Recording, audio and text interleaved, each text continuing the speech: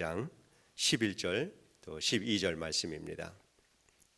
우리 같이 읽도록 하지요. 나로 말미암아 너희를 욕하고 박해하고 거짓으로 너희를 거슬러 모든 악한 말을 할 때에는 너희에게 복이 있나니 기뻐하고 즐거워하라. 하늘에서 너희의 상이 큼이라. 너희 전에 있던 선지자들도 이같이 박해하였느니라. 아멘. 지난 주일까지 8번에 걸쳐서 산상수훈 중에서 팔복에 대해서 말씀을 나눴습니다. 여러분, 팔복 많이 암송하고 계시는 분들도 계실 텐데 우리 한번 다 같이 해보면 어떨까요? 자, 시작. 심령이 가난한 자는 복이 있나니 천국이 저희 것이며 애통하는 자는 복이 있나니 저희가 위로를 받을 것이며 온유한 자는 복이 있나니 저희가 땅을 기업으로 받을 것이며 의에 줄이고 목마른 자는 복이 있나니 저희가 배부를 것이며 긍휼히 여기는 자는 복이 있나니 저희가 긍휼히 여김을 받을 것이며 화평케 하는 자는 마음이 청결한 자는 복이 있나니 저희가 하나님을 볼 것이며 화평케 하는 자는 복이 있나니 저희가 하나님의 아들이라 일컬음을 받을 것이며 의를 위하여 박해를 핍박을 받은 자는 복이 있나니 천국이 저희 것임이라. 이렇게 8가지를 8주에 걸쳐서 말씀을 나눴습니다. 그 8가지는 예수님을 따르는 그리스도인의 삶의 내용들이다. 이렇게 우리가 이해할 수 있습니다. 그 8복 중에 8가지 복 중에 십자가를 지지 않고 얻을 수 있는 복은 하나도 없습니다. 모두가 십자가를 지는 그러한 죽음의 예수님의 죽음과 연합되지 않고서는 얻을 수 없는 복이 이 팔복입니다. 그렇기 때문에 주님을 따르는데 고난이다라고 하는 것은 필연적인 것이다. 그렇게 이해를 해야 합니다. 지금도 세계 곳곳에서는 예수님을 믿는다라고 하는 이 이유로 수많은 사람들이 박해를 받고 있습니다. 그리고 또 수많은 사람들이 순교자가 되어서 주님 곁으로 가고 있습니다. 우리는 간혹 주위에서 박해받는 사람들이 없기 때문에 모든 사람들이 다 평화스럽게 사는 것처럼 그렇게 생각할 때가 있지만은, 그러나 순교자의 소리나 또 오픈도어 선교회 아니면은 자시아 프로젝트 같은 이러한 그 웹사이트에 들어가 보시면은 지금도 연간 수만 명의 그리스도인들이 예수를 믿다가 순교를 당하고 있고, 또 무수하게 많은 그 사람들이 예수를 믿기 위해서 목숨을 걸어야 되는 그러한 환경 속에서 이 신앙생활을 하고 있다라고 하는 이 사실을 우리가 기억해야 합니다. 1999년까지 인도에서 사역하는 선교사들은 많은 박해를 받았습니다. 그렇지만은 사람들이 그들이 받는 박해가 그렇게 심각하다라고 하는 것을 사람들이 느끼지를 못했습니다.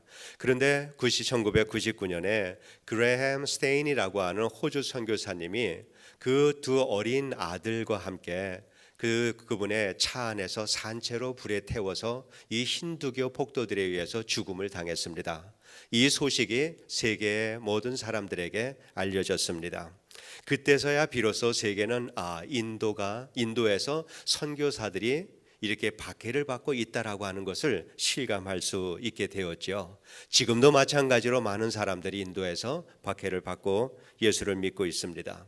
또 우리가 잘 아는 대로 북한에 있는 그리스도인들 많은 사람들이 예수를 믿고 있으면서 또한 그 일로 인해서 박해를 받고 있습니다. 참 수만 명의 이 북한 크리스찬들이 눈에 띄지 않는 산간 오지에서 병에 걸려서 또 굶주려 가면서 이렇게 수용소에서 죽어가고 있습니다. 한국교회는 이들을 위해서 기도를 해야 합니다. 만일에 한국교회가 이들을 위해서 기도를 하지 않는다라고 할 때 한국교회는 한마디로 망합니다. 이거는 분명합니다. 그들이 받는, 이 북한의 성도들이, 우리 동족들이 받는 그 신앙으로 인해서 받는 그 박해를 한국교회가 아픔으로 여기고 그들을 위해서 기도한다면은 다시 한번 한국교회가 세계 선교를 위해서 크게 쓰임을 받을 것입니다. 그러나 그들을 외면할 때 한국교회는 세속화가 가속될 것이고 다원주의가 대단히 빠르게 그 안에서 성장하게 될 것입니다. 우리는 예수를 믿으면서 박해당하는 사람이 어떤 나라의 어떤 사람들에게 일어나는 일로 생각할지 모르지만은 성경은 그렇게 말씀하고 있지 않습니다. 성경은 모든 그리스도인들은 박해를 받는다라고 말씀을 하고 있습니다. 디모데후서 3장 12절에 무릇 그리스도 예수 안에서 경건하게 살고자 하는 자는 박해를 받으리라, 이렇게 말씀을 하고 있습니다. 바울이 이렇게 확정적으로 그럴 사람이 있다라고 얘기한 것이 아니라 분명히 박해를 받는다라고 이렇게 말한 것은 성도는 박해를 받아야 경건하게 살 수 있다라고 하는 이러한 타락한 인간의 본능과 이 본질과 관련이 있는 말씀이기 때문에 바울은 그렇게 말씀을 하고 있는 것이지요. 그렇기 때문에 박해를 통해서 그리스도인의 신앙이 성숙되는 것은 세월이 아무리 흘러도 변함이 없습니다. 주님이 말씀하셨기 때문에 그렇습니다. 인간적으로 생각을 해보면은 그리스도인들이 복음을 전할 때 박해를 받는다라고 하는 거가 참 이해가 되지 않은 그러한 면들이 많습니다. 우리가 복음을 전할 때 폭력을 사용하는 것도 아니고 위협적인 태도를 가지고 복음을 전하는 사람 한 사람도 없습니다. 겸손한 태도로 웃는 얼굴로 최대 예의를 갖춰서 복음을 전합니다. 그런데 복음을 듣는 사람은 그 태도가 대단히 무례합니다. 때로는 욕을 하기도 하고 나가라고 소리치기도 하고 재수 없다는 듯 아니면 한심하다는 듯 이렇게 우리 아래 위를 훑어보는 것, 이런 사람들이 복음을 전하는 사람들에게 보여주는 태도입니다. 그런데 왜 그럴까? 다른 사람들에게는 안 그러면서 다른 일에는 그렇지 않으면서 왜 복음을 전할 때는 사람들이 이럴까? 우리 주님께서 답을 주십니다. 누가복음 16장에서 주님이 이렇게 말씀을 하세요. 한 하인이 두 주인을 섬길 수 없다, 이렇게 말씀을 하십니다. 그래서 이를 미워하고 저를 사랑하거나 혹 이를 중히 여기고 저를 경히 여깁니다. 여기일 것이다 라고 이렇게 말씀을 하십니다. 한 하인은 우리 같이 예수를 믿는 사람들뿐만 아니라 세상에서 살아가는 모든 사람들이 한 하인입니다. 여기에 다 포함이 되는 사람들입니다. 그러니까 세상에 있는 모든 사람들은 누군가의 종이라고 하는 것입니다. 만문의 종이든지 하나님의 종이든지 둘 중에 하나에 속해서 종으로서 살아가는 사람들이 세상에 있는 모든 사람들이다라고 하는 것을 말합니다. 그래서 만문도 우리 주님께서는 섬김과 예배의 대상으로 이렇게 두시고 이렇게 한 하인이 두 주인을 섬길 수 없다라고 말씀을 하신 것이지요. 하인은 주인에게 생명을 다해서 섬겨야 될 이러한 의무가 있는 사람입니다. 그렇기 때문에 한 하인이 두 주인을 섬기지를 못합니다. 그것이 그리스도인들이 박해를 받는 이유입니다. 세상은 하나님을 싫어합니다. 또 하나님을 사랑해서 세상을 떠나서 만몬의 이 만몬신을 떠나서 하나님을 섬기고자 이렇게 그리스도인이 된 사람들 당연히 세상이 싫어합니다. 예수를 믿지 않는 사람의 영적 세계, 정신적인 세계, 이렇게 세상에 악한 영들이 다 쥐고 있습니다. 거기에 속한 존재들이다라고 하는 것이죠. 그래서 우리가 복음을 전할 때는 두 가지 현상들이 나타나는데 성경에서 이 현상들을 우리가 볼 수가 있습니다. 하나는 성령의 충만해서 사도들이 나가서 복음을 전하기 시작을 합니다. 이 복음을 전할 때 사람들이 이 복음을 듣고 사람들이 고백을 합니다. 마음에 찔려서, 성경이 그렇게 말합니다. 제자들이, 사도들이 복음을 전할 때 그 복음을 들은 사람들이 마음에 찔려서 사도들에게 말합니다. 형제들아, 우리가 어찌할꼬? 이것이 하나의 현상입니다. 그래서 그 사람들은 회개하고 주님을 영접을 합니다. 그런데 스데반의 복음을 전할 때 이 스데반은 복음을 전하다가 공회로 끌려갑니다. 그리고 대제사장과 서기관과 그리고 장로들 앞에서 복음을 전할 때 그들은 마찬가지로 마음에 찔립니다. 그런데 그들은 귀를 막고 소리를 치면서 스데반을 성 밖으로 데리고 나가서 돌로 쳐서 스데반을 죽입니다. 복음을 전할 때 일어나는 현상은 이 두 가지입니다. 주님을 영접하든지 복음 전하는 사람을 핍박하든지 이러한 현상들이 나타납니다. 그런데 이것도 저것도 아니다라고 할 때 우리 주위에는 이러한 사람도 저러한 사람도 아니고 우리는 다 믿는 사람이든 믿지 않는 사람이든 다 정말 좋은 사람들이다, 이렇게 생각을 할 때 우리 주위에만 좋은 사람들이 그렇게 있는 것이 아니라 우리가 참 그리스도인으로서 복음을 전하고 살아가는 삶을 살고 있는가, 우리 자신에게 질문을 해야 되는 그러한 문제입니다. 우리가 참 그리스도인으로서 복음을 전하는 삶을 산다면은 우리 안에는 두 가지 이 현상들이 일어나야 합니다. 예수를 믿는 사람과 우리를 미워하는 사람들, 둘 중에 하나는 일어나야 합니다. 우리 주위에 있는 사람들 다 착한 사람들 아닙니다. 다 착한 사람들이라 하더라도, 인간적으로는 착한 사람들이다 하더라도 복음을 들을 때 영적인 문제에서 나타나는 이러한 반응들은 전혀 다릅니다. 우리가 어느 곳에 가서는 예수를 믿는 사람처럼 그렇게 행동을 하고 어느 곳에 가서는 전혀 예수를 믿지 않는 사람, 이렇게 정말 예수를 믿는 사람의 티를 전혀 내지 않고 이렇게 산다면은 우리 주님께서는 분명히 우리가 주님 앞에 설 때 우리 주님께서 우리를 보면서 하나님께 나도 저 사람 모르는데요, 그렇게 말씀하신다라고 누가복음 22장에 기록이 되어 있습니다. 그리고 주님의 이 말씀이 우리가 참 받아들이기 어려운 참 힘든 일이 있습니다. 그거는 욕을 먹고 박해를 받고 온갖 악한 말들을 다 들으면서 기뻐하고 즐거워하라고 하는 말씀입니다. 참 이해하기도 어렵고 받아들이기도 어려운 말씀입니다.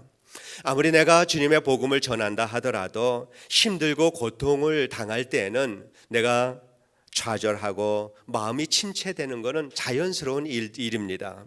그럼에도 불구하고 그래도 내가 복음을 전해야지라고 하는 이 마음을 가지고 꾹꾹 참으면서 복음을 전하는 것도 대단한 일인데 우리 주님께서는 기뻐하고 즐거워하라고 말씀을 합니다.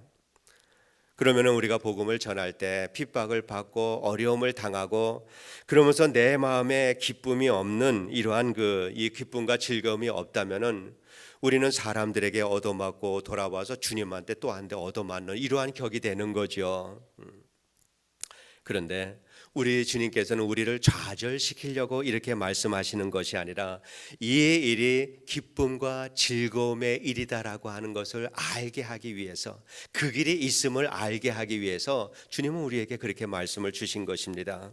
그런데 그러한 말을 이렇게 모든 이 핍박과 욕을 먹고 악한 말을 들을 때 기뻐하고 즐거워하라라고 하는 이 말을 할 수 있는 사람은 어떤 사람일까? 아마 두 부류의 사람일 것 같아요. 한 사람은 전혀 이런 거를 경험해 보지 못해서 욕을 먹어보거나 핍박을 받아보거나 사람들이 악한 말을 하는 그것을 받아 경험을 해보지 못해서 그게 어떤 건지 모르는 사람, 이러한 사람들이 그러한 말을 할 수 있습니다.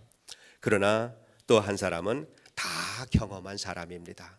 다 경험한 사람이 할 수 있는 그 말, 이 둘 중에 하나입니다. 그런데 아무것도 모르고 하는 얘기다 그러면은 이거는 들을 가치가 없습니다. 무시해도 상관이 없습니다. 그렇지만은 모든 것을 스스로 경험한 사람이 말한다라고 할 때 우리는 귀를 기울여야 합니다. 왜냐하면 그 사람이 하는 얘기를 우리가 이해하지 못한다라고 하면은 그거는 그 사람의 문제가 아니라 이해하지 못하는 우리들의 문제이기 때문에 우리는 그 사람의 말에 귀를 기울여야 합니다. 그런데 기뻐하고 즐거워하라라고 하신 이 주님은 모든 고난을 다 겪으신 분입니다. 우리 복음서를 통해서 우리를 대신해서 욕을 먹고 박해를 당하고 온갖 악한 말들을 주님께서는 다 들으셨습니다. 육체적인 고난, 정신적인 고난, 영적인 고난 주님은 다 겪으셨습니다. 아무 죄가 없는 우리 주님께서 십자가를 지고 죽음을 당하셨습니다. 그러면서도 말 한마디 대꾸하지 않으시고 억울하다라고 말씀하지 않으셨습니다. 그리고 주님께서는 아버지가 아시는 것으로 만족했고 아버지의 뜻이 이루어지는 것으로 만족했고 아버지께 영광을 돌리는 것으로 만족하신 우리 주님의 모습 우리가 알고 있습니다. 그 모든 것을 다 겪으신 우리 주님께서 말씀하시기를 나 때문에 욕먹고 핍박받고 온갖 악한 말을 들을 때 너희는 기뻐하고 즐거워하라. 그 주님께서 우리에게 하신 말씀입니다. 그렇기 때문에 우리는 이 말씀을 심각하게 들어야 합니다. 이 말씀을 직접 들었던 제자들의 삶은 어떠했을까? 제자들 12사람들 중에서 침대에 편히 누워서 죽은 사람은 한 사람도 없습니다. 사도 요한은 마지막까지 살았지만은 죽음보다 더 고통스러운 삶을 분명히 살았을 것입니다. 전설로 내려오는 말이니까 신빙성은 없지만은 제자들의 이 삶을 보면은 마지막에 칼에 찔려 죽고 기름 가마솥에 빠져 죽고 높은 곳에서 떨어져 죽고 십자가에 못 박혀 죽고 채찍에 맞아 죽고 다양한 모습으로 순교를 당했습니다. 복음을 전하면서 그들이 겪었던 모든 일들을 볼 때 결코 기쁘고 즐거울 수 없는 이러한 인생들을 모두가 살다 갔습니다. 그런데 제자들은 그 삶을 마다하지 않았습니다. 외면하지 않았습니다. 다 받아들였습니다. 왜냐? 이 짧은 인생의 뒤에는 하나님의 영원하고 영광스러운 세계가 있다라고 하는 그 확신을 제자들이 가졌기 때문입니다. 그곳에 하늘의 상이 있다라고 하는 것을 제자들이 알았기 때문에 고난 가운데서도 기뻐하고 즐거운 이러한 삶을 살았을 것입니다. 그래서 그들은 순교의 자리까지도 피하지 않고 그 모든 순교를 다 받아들였습니다. 우리 순교의 역사를 볼 때에는 그 죽음의 그 순교의 터로 가면서 찬송하면서 기쁨으로 예수 그리스도께서 가신 그 길 나 같은 죄인이 따라갈 수 있다라고 하는 그 자체를 영광스럽게 생각을 하면서 따라갔던 수많은 순교자들이 교회의 역사 속에 남아 있다라고 하는 것을 우리가 알고 있습니다. 그런데 믿음이 연약한 우리는 아무리 예수님 때문이라고는 하지만은 그래도 욕을 먹고 박해당하고 악한 말을 들을 때 참기가 참 힘듭니다. 참지 못할 뿐만 아니라 기뻐하고 즐거워하라고 하는 이 말씀은 꿈에도 우리가 꾸기가 어렵습니다. 그러면 어떻게 해야 하나? 어떻게 우리는 참을 수 있고 어떻게 하면 우리는 기뻐할 수 있을까? 히브리서 12장 3절에서 이렇게 말합니다. 너희가 피곤하여 낙심치 않기 위하여 죄인들의 이같이 자기에게 거역한 일을 참으신 자를 생각하라. 우리 의지로는 참아내지 못합니다. 우리는 참고 견디고 또 이 모든 고난을 우리가 끝까지 참아낼 수 있는 것은 성령의 도우심으로 십자가에서 달린 주님을 바라볼 때만 우리는 이것을 할 수가 있습니다. 그 주님께서 십자가에서 우리를 위해서 하신 그 일을 이해하면 이해할수록 깨달으면 깨달을수록 우리는 더 잘 참을 수가 있습니다. 십자가를 지고 주님을 따르는 그 고난, 이것을 우리가 주님이 나를 위해서 하신 일을 더 깊이 깨달아 갈수록 우리는 오히려 내가 이 예수 때문에 고난을 당하는 이것이야말로 그리스도인의 특권이다라고 여김으로 우리는 기쁘고 즐거웠게 우리 고난을 우리가 견딜 수가 있습니다. 그렇게 할 때 우리는 예수를 위해서라면은 욕을 먹어도 박해를 당해도 온갖 악한 말을 듣는다 하더라도 오히려 그러한 그 상황 속에 있을 때 우리의 마음속에 정말 우리의 마음속 깊은 곳에서 기쁨과 즐거움이 흘러나오는 이러한 신비스러운 경험을 하게 될 줄로 믿습니다. 그렇다면은 평생 고난받지 않고 평탄하게 신앙생활을 하는 사람들, 이러한 사람들에게는 하늘의 상이 있을까? 어떨 것 같아요? 상이 있을 것 같아요? 없을 것 같아요? 상이 없습니다. 성경은 그렇게 말합니다. 하나님께서는 사랑하는 자녀에게, 모든 하나님의 사랑하는 자녀에게 고난을 주신다라고 약속을 하셨습니다. 구원을 받지 못했다라고 하는 것은 아닙니다. 구원의 조건으로 고난을 말하는 것은 절대 아닙니다. 그러나 정말 고난 없이 평탄하게 일생을 산 사람들에게는 하늘의 상이 없다라고 하는 것은 분명히 우리가 이해를 해야 합니다. 그것이 성경에서 말하는 부끄러운 구원입니다. 우리는 고난을 통해서만 우리의 믿음은 성장합니다. 내가 고난이 없이 내가 믿음이 있다라고 하는 그렇게 생각이 된다면은 오늘의 믿음을 의심을 해봐야 합니다. 고난을 당하지 않고 쌓여진 그 믿음은 바람 한번, 고난의 바람, 시험의 바람 한번 불어오면은 금방 다 날아가 버리고 마는 그러한 모래 위에 지은 집과 같은 이러한 연약한 믿음이다라고 하는 것을 우리가 알아야 합니다. 오직 시련과 박해와 이 고난을 통해서 검증된 믿음이야말로 이것이 변치 않는 든든한 믿음입니다. 분명히 성경은 여러 곳에서 말씀을 하고 있습니다. 그래서 주님은 복음을 전하는 일로 그리고 예수 그리스도를 증거하는 삶으로 고난을 자발적으로 받으라라고 말합니다.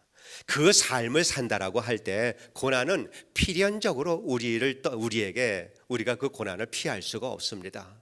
그래서 우리 주님께서 나가서 세계 이 땅끝까지 복음을 전하라고 하는 이 말씀이나 내 이웃을 내 몸과 같이 사랑하라고 하는 이 말씀 속에는 고난을 자발적으로 내가 그 고난에 참여하지 않고서는 절대 그 말씀 순종하지 못합니다. 그 말씀 우리가 이루지 못합니다. 우리는 사람들에게 욕을 먹고 박해를 받고 또 악한 말을 들으면서도 기쁘고 즐거워하라고 하는 정말 또 하나의 중요한 그런 그 이유가 하나가 있습니다. 우리의 믿음이 자랄수록 달라지는 것이 하나 있어요. 그거는 이전에는 잘 보이지 않고 막연하기만 했던 어떤 그 일이 우리에게 점점 보이기 시작을 한다라고 하는 거예요. 우리가 처음 구원을 얻었을 때 그때는 정말 주님께서 나를 위해서 십자가에 달려 죽으셨다라고 하는 그 사건이 좀 이게 구체적으로 내 삶에 다가오지를 않았을 것입니다. 그런데 믿음의 삶을 지속을 하면서 그 의미가 점점 더 다가오는 거예요. 그 사건이 언제 우리에게 확인이 되는가? 우리가 이 세상의 삶을 마치고 주님 앞에 우리가 서게 되죠. 누구나 다 주님 앞에 서게 됩니다. 그런데 그곳에서 우리는 십자가의 능력을 우리 두 눈으로 확인하게 되는 거예요.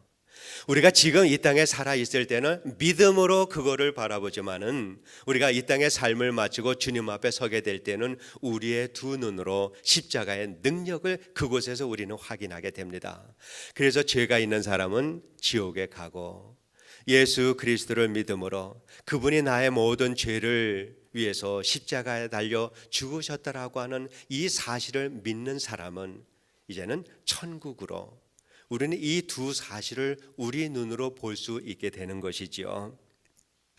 그래서 믿음이 우리가 자라고 이렇게 성장을 해 나가면서 미래에 주님 앞에 서게 될 그 모습이 점점 우리가 조금 더 우리의 믿음의 눈으로 밝히 볼 수 있는 것, 이것이 우리가 믿음이 성장하면서 우리에게 다가오는 그러한 일들입니다. 그 구원의 진리를 이 땅에 살아가면서 우리는 정말 믿음이 연약해서 그 진리를, 구원의 진리를 깨달아 우리가 받아들이고 구원을 받았다, 이렇게 구원의 확신을 가졌다라고 얘기하는데, 이 사건이 아마도 우리가 주님 앞에 서서 그 천국과 지옥을 두 눈으로 바라보고 십자가의 능력을 우리가 볼 때 정말 우리 자신들도 내가 가지고 있는 그 연약한 믿음이지만은 그 믿음이 엄청난 일이었다라고 하는 것을 그때 우리는 확인하게 될 거예요. 그 사실을 지금 믿고 사는 것이 이것이 믿음입니다. 그리고 그 사실, 내가 주님 앞에 선 그 나의 모습, 주님이 대신 죽으시고 나를 구원해 주신 그 사실 앞에 그 사실을 내가 매일 확인하며 살아가는 것이 내가 주님과 더불어서 매일 죽는다라고 하는 이 고백의 말씀과 같은 의미입니다. 그리고 그 사실을 더욱 분명히 깨달아가고 실감할수록 우리에게 달라지는 것이 있습니다. 이러한 그 믿음의 상태에서 살아가는 이러한 성도들, 이러한 분들은 내가 죽어서 천국에 갈 수 있을까? 지옥에 가면 어떡하지? 이러한 수준에서의 염려와 걱정에서는 다 벗어난 성도들입니다. 그 성도들의 마음에는 이러한 마음이에요. 내가 주님을 만날 그때 틀림없이 만나니까 우리는 이 세상에 마치면은 바로 주님 앞에 서게 되니까 내가 주님을 만날 그때 나는 얼만큼 예수님 닮은 모습으로 만날 수 있을까? 내가 그때에는 얼마나 믿음이 성숙한 그리스도인으로 주님을 만날 수 있을까? 우리 주님께서는 그 주님의 분량에 이르도록 내가 자라가기를 원했는데 나는 얼만큼이나 그 분량을 채우고 주님을 만날 수 있을까? 이것이 인생의 가장 큰 관심사가 되어가는 것, 이것이 믿음이 깊어져가는 사람에게 나타나는 그러한 현상들입니다. 그래서 그 일을 생각을 하면은 예수님 때문에 욕을 먹고 박해를 당하고 온갖 악한 말을 듣는다 해도 그러한 일들을 통해서 내 믿음이 더욱더 든든해지고 내가 주님 닮아가고 정말 내가 예수님 때문에 내가 이러한 소리를 듣는구나, 이러한 핍박을 받는구나, 이것이 내 마음의 기쁨이 되어지고 이것이 예수를 바로 믿는 거라고 하는 거거든요. 그래서 나의 그 궁극적인 종말론적인 그 마지막에 주님 앞에 선 내 모습을 볼 수 있는 사람이야말로 모든 환난과 고난과 핍박 가운데서도 기뻐하고 즐거워할 수 있는 성도라고 하는 말씀입니다. 이 마음이 우리 안에 있을 때 이것이 주님께서 하늘에서 너에게 큰 상을 주시겠다라고 하는 그 말씀이 하늘나라에 가면 이러한 핍박과 고난의 삶을 살아온 사람들에게 하늘나라에 가면은 다 모아두었다가 뭔가 하나님께서 큰 거를 하나 우리의 머리에다가 덜썩 하나 씌워주는 것이 하나님의 큰 상이 아니라 그 상은 오늘 우리가 우리의 마음속에 그 하나님께서 주시는 이 고난과 핍박과 이 모든 이 어려움들을 통해서 내 마음속에서 그리스도의 형상이 만들어져 가고 내 마음속에 거룩함이 세워져 가고 성화되는 이것이 바로 하나님께서 우리에게 주시는 이 땅에서의 상입니다. 그러면서 이 상이 점점 주님 앞에 설 때, 그래서 사도 바울이 말하는 것처럼 거룩하고 내가 주님 앞에 서는 그날에 거룩하고 흠없고 책망받을 것이 없는 자로 그렇게 깨끗한 모습으로 서기를 소원했던 것이 사도 바울의 말이었던 것처럼 그렇게 아름다운 모습으로 성화가 되어서 주님 앞에 서는 것, 우리는 거기에서 주님이 내게 큰 상을 베풀어 주셨다라고 하는 것을 우리는 알게 될 줄로 믿습니다. 그런데 주님께서 왜 그러한 상을 이 땅에서부터 그냥 하늘나라에서 다 모아두었다가 이것이 네가 그동안에 인간 세상에 살아가면서 내가 쌓은 상이다라고 말씀하신 것이 아니라 그 인간 세상에서 우리가 조금씩 성화되는 이러한 과정을 통해서 이 상을 우리에게 왜 주셨을까 한번 곰곰이 생각을 해봤습니다. 그런데 거기에서 깨달을 수 있었던 것은 우리의 믿음이 참 연약합니다. 우리는 세상의 성공에 대해서 마음이 언제든지 흔들릴 수 있는 사람들입니다. 그래서 하나님께서는 이 상을 우리에게 오늘 이 땅에서 누릴 수 있도록 허락해 주신 것 같습니다. 세상에 있는 것으로 인해서 마음이 뺏기고 살지 않도록 하나님께서는 천국의 상을 미리 우리에게 경험하게 해주셔서 세상에 있는 것과는 어느 것도 비교할 수 없을 만큼 좋은 것이 하나님의 상이다라고 하는 것을 알게 하기 위해서 우리 주님께서는 이 땅에서 온전한 상이 아니지만은 그러나 그 하나님의 상을 우리에게 조금씩 주신 것으로 그렇게 생각이 듭니다. 세상을 사랑해서 바울을 떠나버렸던 데마처럼 우리도 언제든지 그렇게 떠날 수 있는 연약한 믿음을 가진 사람들입니다. 그런데 그렇게 떠나지 말고 주님 붙들고 살아갈 수 있도록 주님께서는 이 땅에서 하나님의 상을 경험할 수 있도록 우리에게 여기에서부터 상을 경험할 수 있도록 이런 은혜를 베풀어 주신 것 같습니다. 또 한 가지는 그 상이라고 하는 것은 주님이 우리와의 동행을 말합니다. 우리 성경 모든 역사를 한번 생각해 볼 때 하나님은 우리와 정말 우리와 함께 살기를 원합니다. 우리를 곁에 두고 함께 일하며 함께 살아가기를 원하는 것이 아버지 하나님의 뜻입니다. 그래서 상이라고 하는 이것을 통해서 우리는 그 하나님과 동행하고 하나님과 모든 일들을 함께 하기 위해서 하나님은 우리에게 상을 주셨다라고 그렇게 생각을 합니다. 여러분, 우리는 예수 때문에 욕먹고 박해당하고 온갖 악한 말을 듣는 것에 대해서 두려워하지 않기를 원합니다. 이러한 그 고통을 통해서 오직 우리들의 마음에 바라는 것은 한 가지, 예수 닮아가는 것. 이것이 우리들의 마음의 소원이 되기를 원합니다. 우리는 세상의 고통은 물론이지만은 세상의 즐거움이 우리를 다스리지 못하도록 우리는 주님만 바라보고 살아야 합니다.